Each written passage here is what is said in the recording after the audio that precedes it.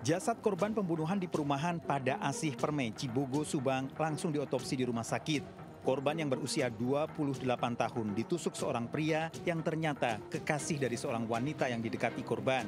Korban telah lama putus namun kembali mendekati wanita yang dicintai. Ternyata wanita yang didekati telah memiliki kekasih. Korban tewas dalam perjalanan ke rumah sakit. Pelaku ditangkap polisi di Bekasi usai melakukan pembunuhan. Dalam pemeriksaan di kantor polisi, pelaku mengaku cemburu sehingga datang ke rumah korban dan langsung menganiaya korban dengan senjata tajam. Diamankan di wilayah kota Bekasi dalam waktu kurang lebih 1 kali 24 jam kasus bisa terungkap. Motif dari pelaku melakukan pembunuhan yaitu pelaku cemburu terhadap korban. Karena sebelumnya korban merupakan mantan kekasih saudara LM. Akibat perbuatannya tersangka terjerat pasal pembunuhan berencana dengan ancaman maksimal hukuman mati. Barang bukti telah diamankan polisi. Dari Subang, Jawa Barat, Yudi Heriawan Juanda, iNews melaporkan.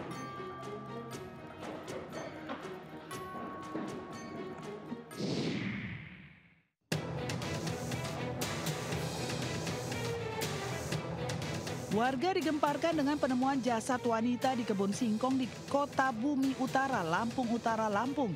Korban diketahui bernama Anita Sari, usia 29 tahun, warga Kecamatan Sungkai Jaya, Lampung Utara. Korban ditemukan pertama kali oleh warga setempat dengan posisi terlentang. Polisi mengevakuasi jasad korban ke Rumah Sakit Umum Daerah Riyakudu, Kota Bumi untuk dilakukan pemeriksaan. Dari hasil pemeriksaan sementara ditemukan luka memar di leher korban. Diduga bekas cekikan. Ditemukan juga luka gores di tubuh dan kaki korban.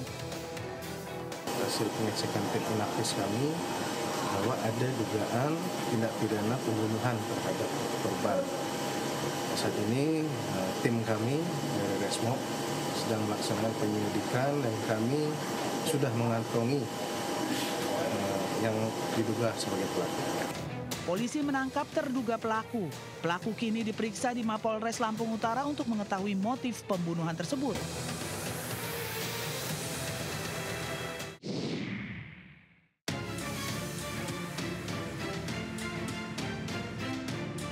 Polisi terus menyelidiki kasus pembunuhan pasangan suami istri yang jasadnya ditemukan di atas tumpukan batu di Desa Mereng, Pemalang, Jawa Tengah.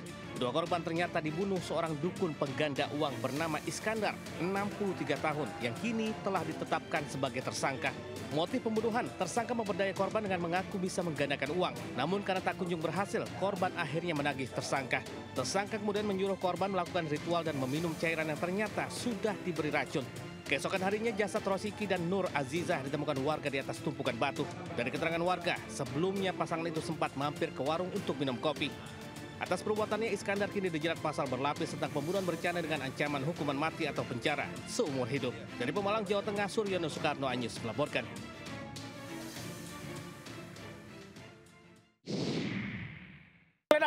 Pinggang tuh ada sajam. Ini sini motor. Tim Jatantras Polda Bangka Belitung meringkus Kabau, 30 tahun pelaku penyiraman air keras terhadap IRT di Kota Pangkal Pinang beberapa waktu lalu. Dari keterangan Kabau, polisi mendapati satu nama lain yakni RY, remaja 16 tahun yang turut serta dalam aksi kejahatan tersebut. Setelah berkoordinasi dengan tim Pusar Naga Polresta Pangkal Pinang, RY ditangkap di sebuah rumah. Polisi turut menyita kendaraan yang digunakan para pelaku dan juga sejumlah barang bukti yang sempat dibuang kedua pelaku ke semak-semak. Diketahui saat beraksi, RY berperan mengendarai motor sementara Kabau sebagai eksekutor dengan menyiram air keras ke korban. Dari aksi kejinya, pelaku mendapatkan upah 5 juta rupiah dari orang yang diakui pelaku tidak pernah bertemu. Uang upah mereka terima via transfer. Ada target satu lagi yang dibayarkan sejumlah uang sebesar 40 juta kurang lebih apabila yang bersangkutan targetnya itu dapat melukai korban. Jadi yang di air keras itu 5 juta ya bayaran. Akibat perbuatan pelaku, korban seorang IRT 28 tahun alami luka serius di bagian wajah hingga leher dan harus jalani perawatan intensif di rumah sakit. Dari Pangkal Pinang, Bangka Belitung, Haryanto, iNews melaporkan.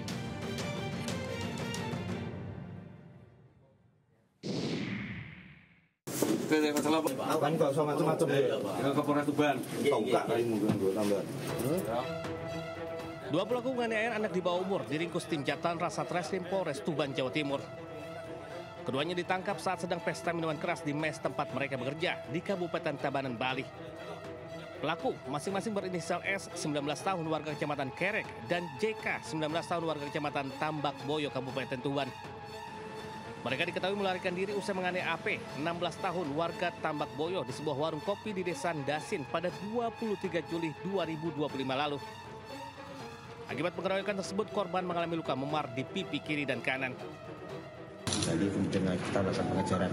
Di sana kita koordinasi dengan Reskop di sana, kemudian ada petunjuk, kemudian kami lidik kurang lebih 2 hari.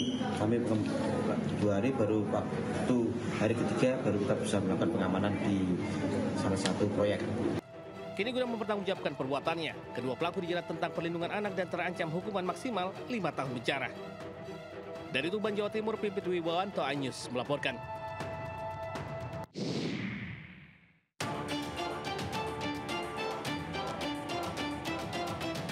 Unit Reskrim Polsek Ciputa Timur menggerebek sebuah kontrakan yang dijadikan sebagai penyimpanan obat-obatan daftar G. Dari dalam kontrakan, polisi menangkap 3 orang pelaku berikut puluhan ribu obat-obatan tanpa izin dan mesin pencetak. Dari hasil penyelidikan, para pelaku biasa mengedarkan obat-obatan tanpa izin ini melalui media sosial dan COD. Para pelaku telah menjual obat-obatan ini selama 2 tahun. Jadi undercover baik kami lakukan melalui media sosial. Kami browsing semua, dapat. Akhirnya kami amankan puluhan ribu obat daftar tersebut. Sementara itu, polisi pun kini tengah mengejar bandar besar pemasok obat terlarang yang identitasnya sudah dikantongi. Dari Tangerang Selatan, Banten, Nunung Purnomo, iNews melaporkan.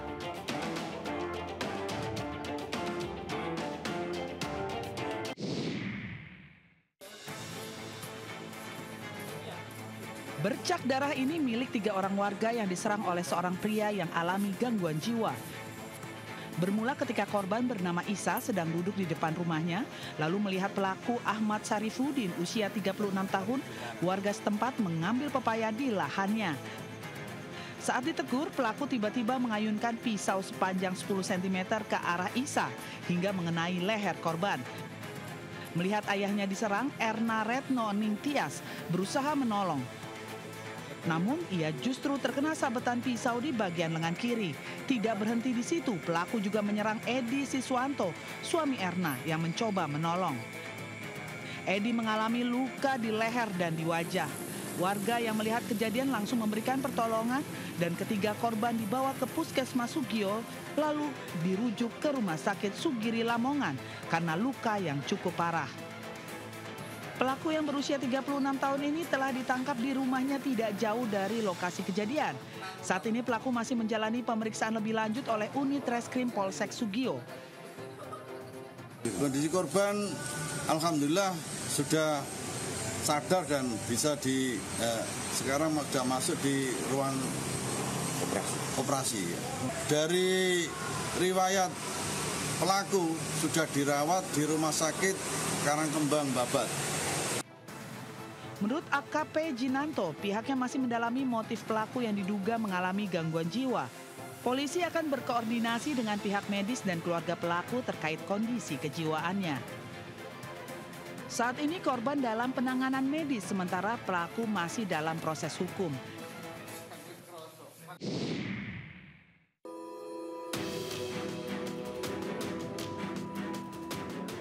Wamenaker Immanuel Ebenezer ditetapkan sebagai tersangka oleh KPK dan sudah mengenakan rompi tahanan. Selain Immanuel Ebenezer, ada 10 orang lainnya yang ditetapkan sebagai tersangka dalam kasus pemerasan pengurasan sertifikasi keselamatan dan kesehatan kerja di lingkungan Kementerian Tenaga Kerja. Dalam konferensi pers di Gedung Merah Putih KPK Jakarta, Ketua KPK Setio Budianto mengumumkan bahwa Immanuel terbukti menerima uang 3 miliar rupiah. Diduga menerima aliran dana sejumlah 3,5 miliar pada kurun waktu 2020 sampai dengan 2025 yang diterimanya dari sekitar 80 perusahaan di bidang PJK3. Uang tersebut digunakan untuk keperluan pribadi, diantaranya transfer ke pihak lain, belanja, hingga melakukan penarikan tunai sebesar 291 juta. KPK merilis hasil operasi tangkap tangan yang menjerat Wamenaker Immanuel Ebenezer. Immanuel Ebenezer tak kuasa menahan air mata saat berjalan bersama tersangka lain di konferensi pers KPK. Mantan Ketua Umum Jokowi Mania ini berjalan mengenakan rompi oranye khas KPK sambil menahan tangisnya. KPK menjadikan Ebenezer sebagai tersangka karena terbukti menerima uang 3 miliar rupiah dalam dugaan pemerasan-pemerasan sertifikasi keselamatan dan kesehatan kerja. Total ada 14 orang yang ditangkap KPK dalam operasi tangkap tangan di Jakarta. Dalam operasi senyap ini, KPK juga menyita 15 unit mobil, 7 sepeda motor, dan uang miliaran rupiah. Tim Liputan iNews melaporkan.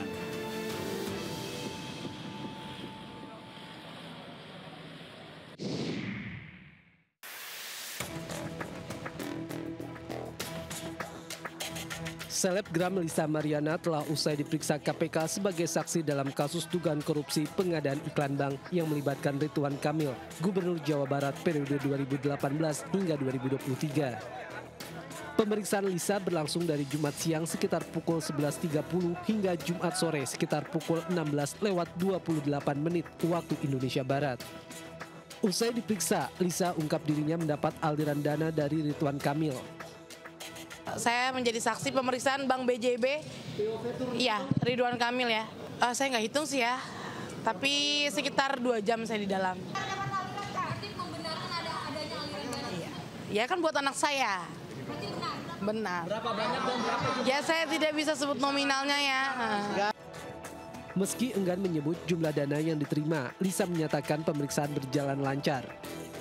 Sebelumnya KPK telah menetapkan 5 orang tersangka dalam kasus dugaan korupsi pengadaan iklan bank yang menyebabkan kerugian negara mencapai 222 miliar rupiah. Tim Liputan iNews melaporkan.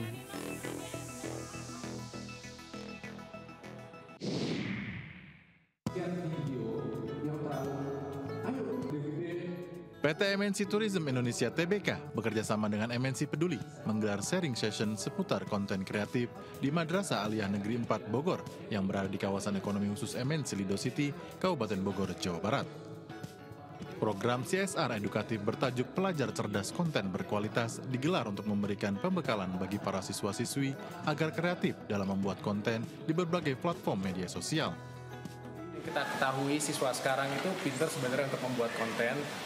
Tentunya kita dari pihak MNC Tourism membantu mengarahkan lebih baik lagi bagaimana caranya membuat konten yang berkualitas dan tentunya yang bagus untuk di-share ke media sosial. Usai mengikuti pembekalan, para siswa-siswi ini langsung mempraktekkan membuat konten di lingkungan sekolah. Para pelajar ini dilatih untuk membuat video sekreatif mungkin dengan durasi 60 detik.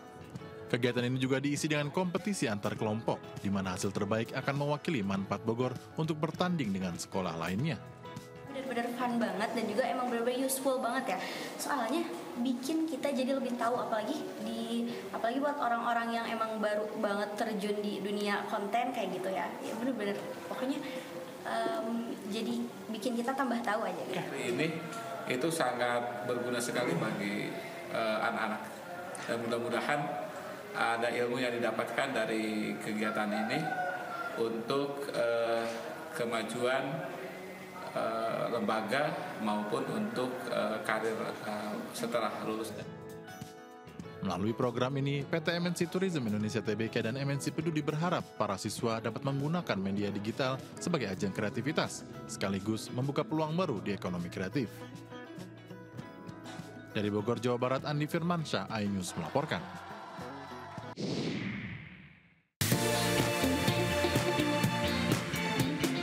Jangan beranjak dulu pemirsa, Buletin iNews Malam kembali sesaat lagi.